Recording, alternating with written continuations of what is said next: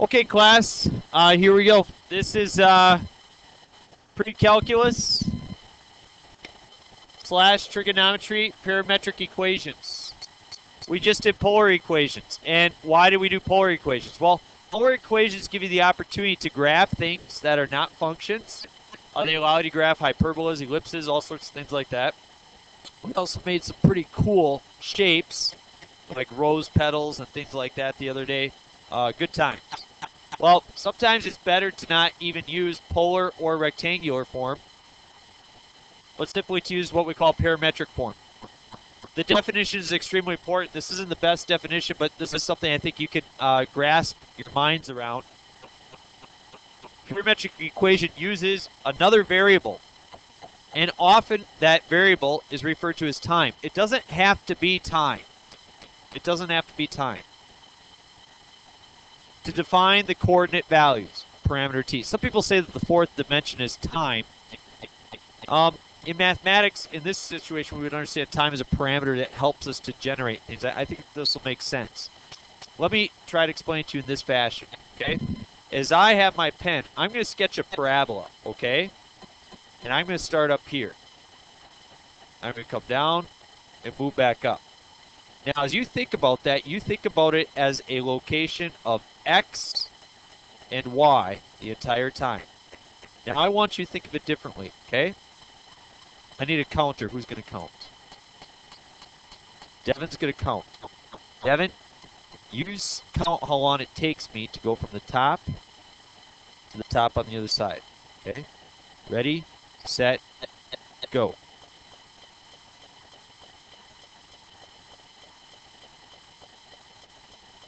Oh, 8 seconds? Okay, you count way too fast. But regardless, let's say there was 8 seconds, okay? Here's how we understand this. At time 0, I have a certain xy location, correct? At time 4, I would have a location down at the vertex, another xy location. At 8, I would have another xy location. So think of it in that terms, as actually sketching out the graph, that at specific times you have specific coordinate values. And so as we make a chart for this, it says sketch a parametric curve by setting up a table of values. Use the following equations. I'm going to choose to use, and I just chose these. Your book will tell you what to choose. We're going to choose a time of -4, -3, -2, -1, 0, 1, 2, 3, 4, 5, 6, and 7. So instead of setting up a table of 2 values, as you can see, we have these equations. X equals t squared plus or minus 3t, and y equals t minus 1. So you can see that there are now 3 variables involved. And that shouldn't be super confusing to you. It simply allows us to generate graphs that we otherwise could not, or were otherwise more difficult. So as you can see here, these are my time values. I use these to generate x and y. The y values will be very easy because it's time minus 1. So what would be my first y value? -5. How about my second one? -4, you see the pattern, -3, -2, -1, 0, 1, 2, 3, 4, 5, and 6. With me so far? Now that we generated our y values, we should generate x values. So I will plug in -4. -4 squared is 16 minus a -12, positive 28. -3 squared is 9 minus a -9, 18. -2 squared is 4 minus a -6, 10. -1 squared is 1 minus -3 is 4. 0 squared minus 0, 0. 1 minus 3, -2. 2 squared is 4. Minus 3 times 2 is -2. Uh-oh, what do you notice? What do you think's going to happen? What kind of graph is this? Look at x. X equals t squared minus 3t. If we were to sketch that out. Parabola. So values went down, and now they're going to come back up.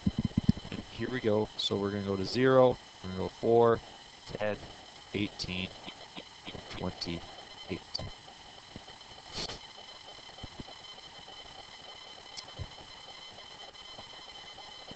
Now, we don't have a t axis. T is represented as we sketch the graph. Our motion, the time that elapses. Of x, of y.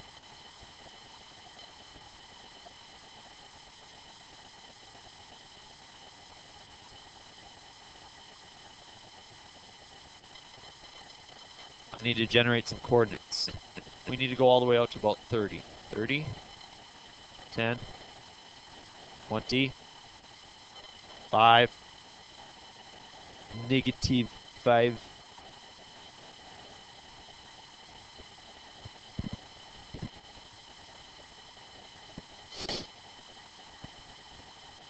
and now I plot x and y coordinates. So at time -4, I plot 28, -5. 28, negative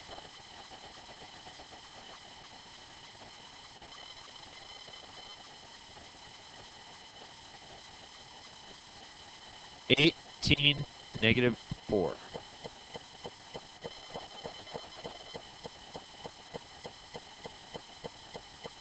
10, -3.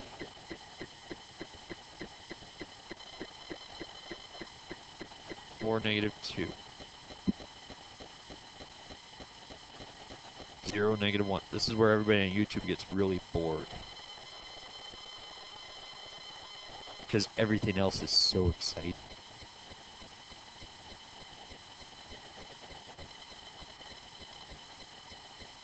Nathan, you laughing in those situations doesn't help. Nobody learns more if you laugh at the fact that I might be dull, boring. It's just not funny. I'm not concerned about your learning. Very concerned about your learning. That's why I designed excellent notes for the day, so we can learn. What shape did we just graph? A parabola. What kind of parabola? A sideways one. A horizontal parabola. One that is not a function. So we were able to sketch the graph instead of generating polar coordinates, polar equations. We were able to use a parameter, namely t, to generate x and y values. Notice that x and y are both functions of t. If we were to graph those are both functions, right? That's what makes it work out so well. Are you ready to see what your calculator can do? Take that thing out.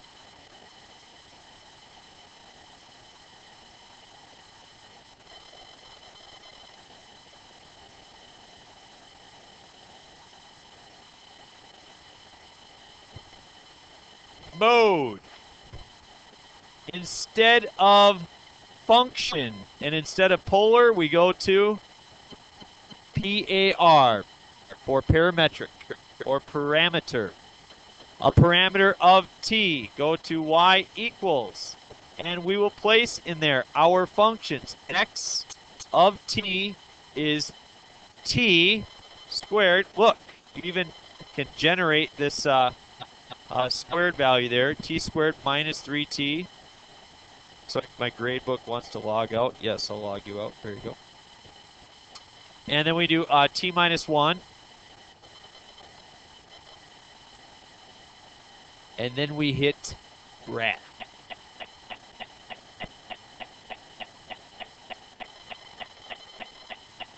You only got a little bit. You only got a little bit. Did you get something like that? Well, let's think about why that might happen. What what spot of the graph is that right there, where it started? That's a y value of -1, but what's the time value? At time 0, we're right there. So it looks like, I bet if we check our window, oh, it says I'm going to start at time 0. When do we want to start at? Time -4, all the way up to time, what, 7? We could sketch our graph now. It sees the whole thing. All of a sudden, you have a sideways parabola on your calculator. It's super smart. Now, watch this. Oh, no. We're not done. Watch this. Go back to y equals. This is all about motion, right? This is about drawing things. This is about, say, particles moving through the air or wherever. So let's change this guy over here. Instead of a line, let's change it to a all. And now we press graph.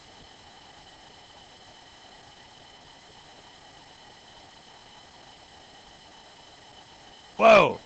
If you have a ball with a line behind it, like oh,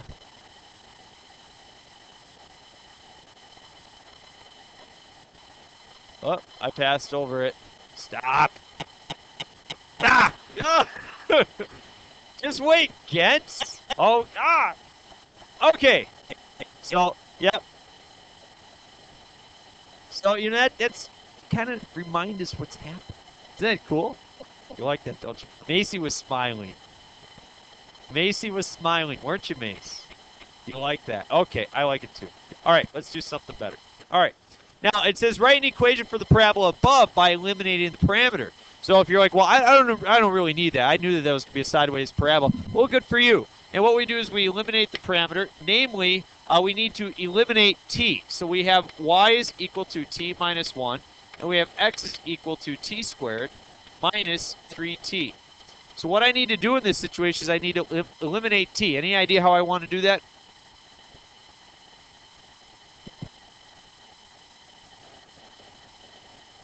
Very good. T is equal to y plus 1. And then I take that y plus 1 and plug it in for t. So I'm going to take this, and I'm going to put it in there and there.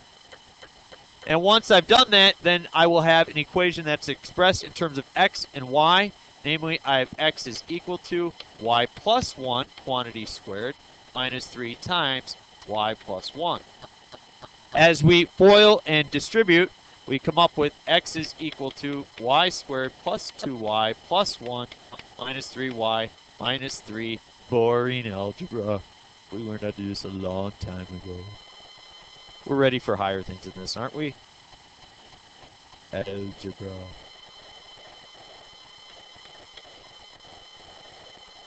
And what do you notice about the equation? It is x equals y squared minus y minus 2, which is a parabola that you were thinking. And if you match it up with the graph that we drew on our calculator, you could see, yes, it does have a x-intercept of -2 back here, which is exactly what it says right there. You can see it's a sideways parabola. This has all the characteristics that we thought it would. Yep. We good? Okay. Let's expand our brains to something else. So, you should note that you know how to generate equations by making a table of 3. Table of 3. Okay? And you know how to eliminate the parameter. Well, let's do something else. Let's describe the graph, or let's describe and graph this curve represented here. We have x equals 3 cosine of t and y equals 3 sine of t. I don't know what it looks like, so I set up t, I set up x, and I set up y. And that's not nearly enough space, so I'll make it bigger.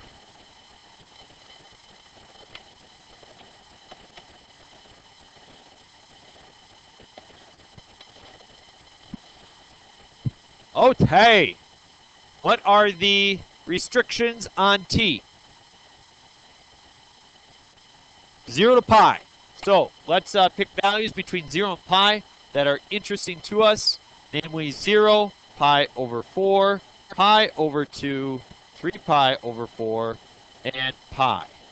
So I'm working my way in 45-degree increments around the circle at pi over 4, pi over 2, 3 pi over 4, and pi evens. Radians. We love radians. So now I've got to plug these in to generate some x, y values so we can plot it in the way that we generally understand things within our paradigm. So we are so locked in mentally to x, y values that this is just what we have to do. So we've got x is equal to 3 cosine of t. What is the cosine of 0? 1 times 3? 3. What's the sine of 0? Times 3. So our first coordinate is 3, 0.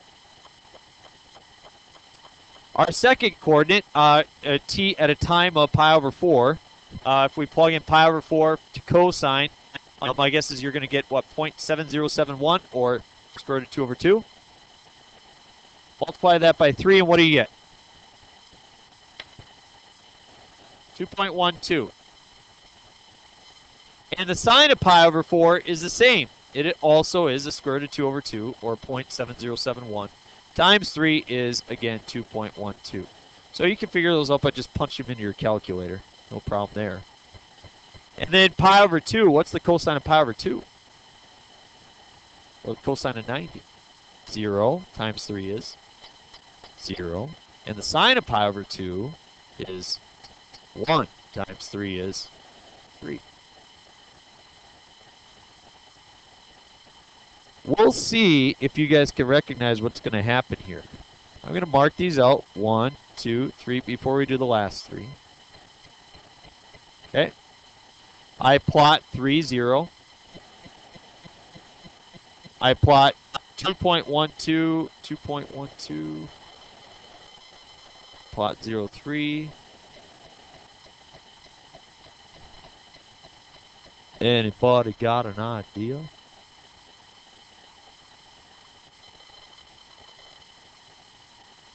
Let's just think about it.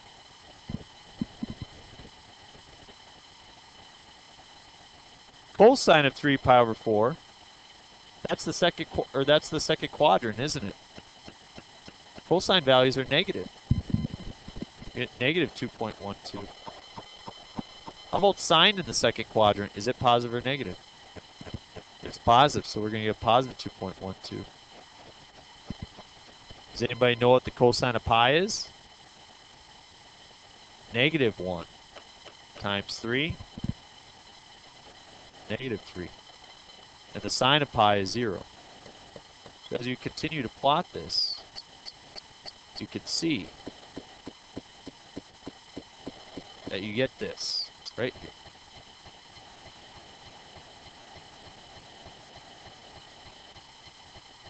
What is it? It's a semicircle. It is. It is a semicircle simply because we restricted the values from 0 to pi. Had we gone to 2 pi, we would get in a full circle. Now, let me show you how that relates to both polar and rectangular form. You will like this, I promise. Would you agree that we have set this up? We understand this to be true. X squared plus y squared is equal to r squared. Okay, so in this situation, what is x? 3 cosine of t. So 3 cosine of t, quantity squared, plus 3 sine of t, quantity squared, is equal to my radius squared.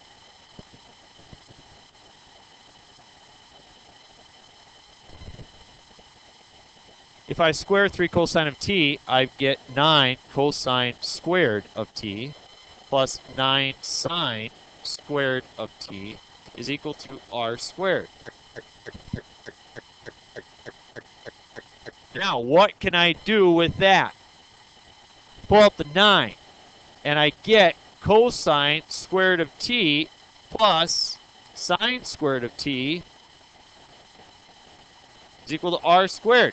What is, yeah, sine squared plus cosine squared is 1. Oh, you guys make me so proud. So we got 9 times 1, which is 9, which is equal to r squared. So that means r is equal to And if r squared is equal to 9, we know r squared is equal to x squared plus y squared. So look at what we have here. We have polar form. We could graph this at polar form and see r is equal to 3. We could graph this in our rectangular coordinate form, and we'd have x squared plus y squared is equal to 9. So we've seen polar, parametric, and rectangular forms of equations, all which can be used to graph that circle. Pretty good stuff, wouldn't you agree? Yes. It's a circle. Flip it over. Here we go. This one's a little bit easier to sketch because we have some knowledge. It says sketch the curve represented by the parametric equation. Find rectangular coordinate equation for the curve by eliminating the parameter. Second part's going to be a little tricky. The first part, I think you guys are going to like a lot. It's going to make a lot of sense. T, X, and Y.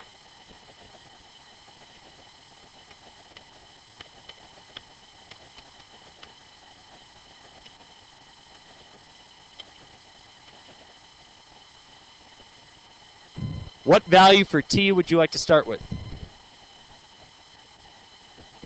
How about 0? And then let's go to pi over 2. After pi over 2, let's go to pi. Then 3 pi over 2. And then 2 pi. Now I have a reason for that.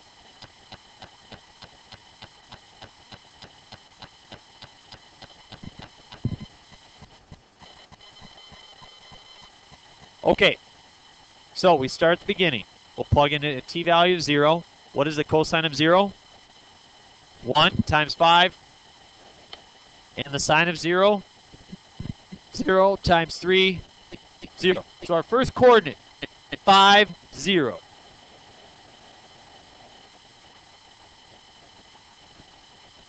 Yes. Most of my yelling last night at the track meet. We did all right. We got Parabola at 78. We had 62. I think John Marshall 46. We had some good performances. We gotta work our handoffs. There it goes again. We gotta work our handoffs in the 4x2.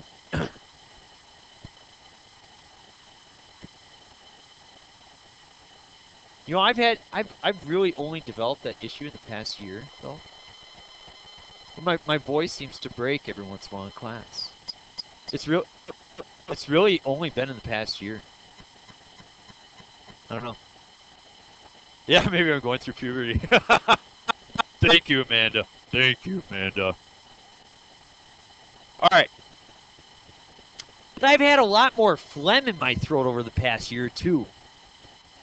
In case you were interested. All right, let's do pi over 2. What's the cosine of pi over 2? 0 times 5, 0. What's the sine of pi over 2? 1 times 3. So you can see our second coordinate is 0, 3.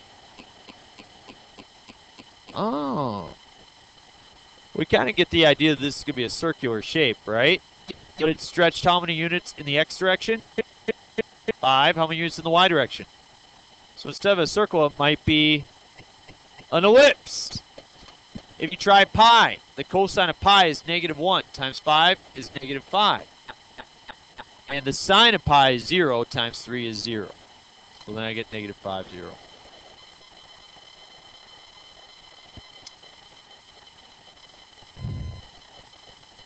Three pi over 2, the same thing occurs. I'm going to have 0, but then the sine of 3 pi over 2 is -1 times 3 is -3.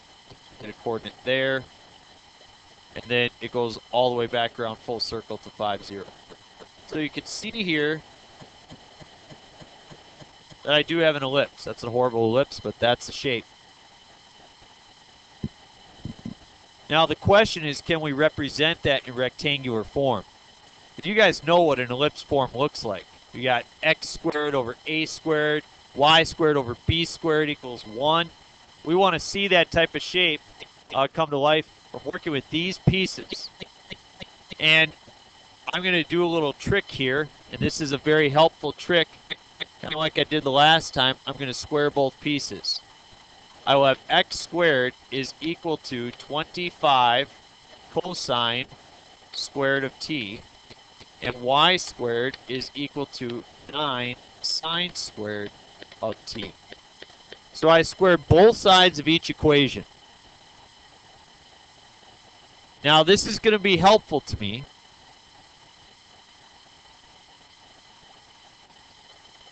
because I'm going to rewrite this y squared equals 9 sine squared piece. I know that sine squared is equal to something important. You guys remember this? You said it earlier. Sine squared of t plus cosine squared of t is equal to what? 1. So therefore, I know that sine squared of t is equal to 1 minus cosine squared of t, right? So I could take and plug a 1 minus cosine squared of t in there. So I took my second equation, y squared equals 9 sine squared, and I plugged in a 1 minus cosine squared. So I get a new equation. I haven't dealt with this at all yet. I haven't touched that yet. I'm just working with this piece right now, and you're going to see why in just a second. I have y squared is equal to 9 minus 9 cosine squared of t.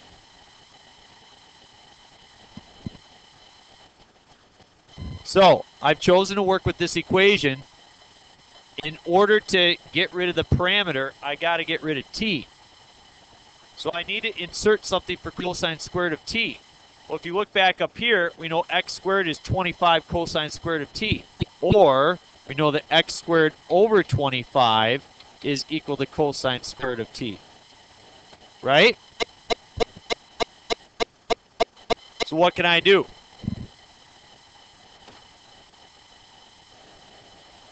That goes there. And when I do that, I get y squared equals 9 minus 9x squared over 25. We're almost done.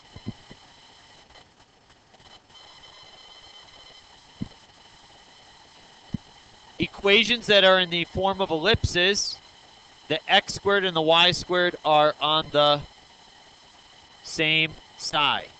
So I'm going to move over my x squared over to the other side. I have a 9x squared over 25 plus y squared is equal to 9. All ellipses should be written set equal to what? 1. So I divide both sides by 9. Divide by 9. 9's cancel. X squared over 25 plus y squared over 9 is equal to 1, which is exactly what you guys thought from the beginning. I'm going to have an ellipse which is stretched 5 units in the x direction and 3 units in the y direction. What do you think of that? We're not going to do this example right here. We'll skip over that because we're going to run out of time. But we will do this last one. And this is easy, but it is so important for your learning. So please try to take in every word from this basic example and understand what's going on. It says find a parametric equation for the line with the given properties. Slope of 4 passes through -2, +5. I'm going to draw my graph.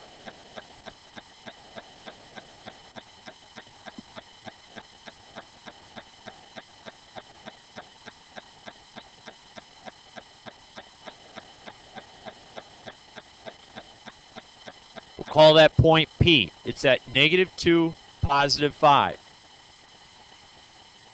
It has a slope of 4. Now, in order to write a parametric equation, I need an x equals and I need a y equals. And what will be the variable over there?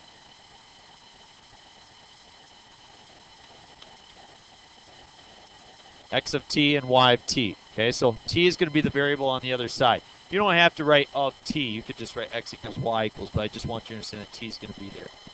So we need to understand what's happening with each time. And don't necessarily have to think of time as in minutes or seconds. And you think of time as, say, approaches. Like somebody goes through the triple jump, and their first time that they jump, their second time that they jump, their third time that they jump. Okay?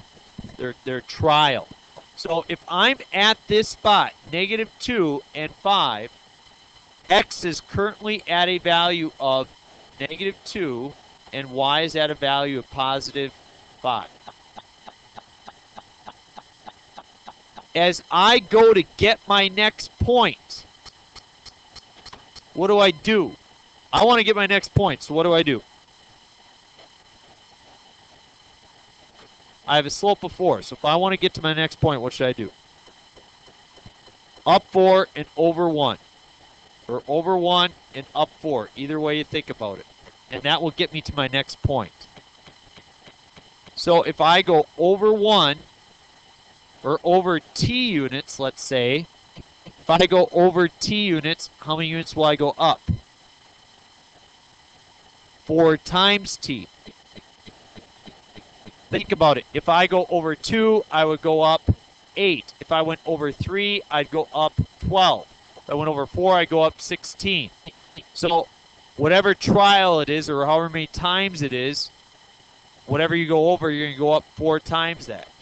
So in order to get to your next spot, you will add on t, your x, and you'll add on 4t to get your y. I add on t to the x and 4t to the y. T to the x, 4t to the y, so on and so forth. And so this is the equation for a line in parametric form. Now some people might look at this and like, well, that's your point on your line, and that's going to be your slope. Well, don't think of it so quickly like that. Think of how we actually constructed it using this diagram. And then when you want to check your equation, and you actually go into y equals, and you type in -2 plus t, and you go down and you go 5 plus 4t, and you graph it, you could tell that you're going to get that line that we were talking about. You do get the exact equation that we were looking for. The last thing I'm going to tell you is this, is that if you go to your table actually gives you t values, x values, and y values, which will help you construct your graphs for your assignment. 1 through 3 and 5 through 7 are generating graphs. 11 and 12 are the sine and cosine curves, which we tried. And then 23 through 25, those are the lines that we expressed earlier. Somebody asked earlier if this was all we were going to learn before our next test. Well, no, really we've just done one thing so far, and that's polar form of equations, polar coordinates. So this is another piece that we're learning, which is parametric equations in parametric form. So we'll probably add one more piece to that puzzle.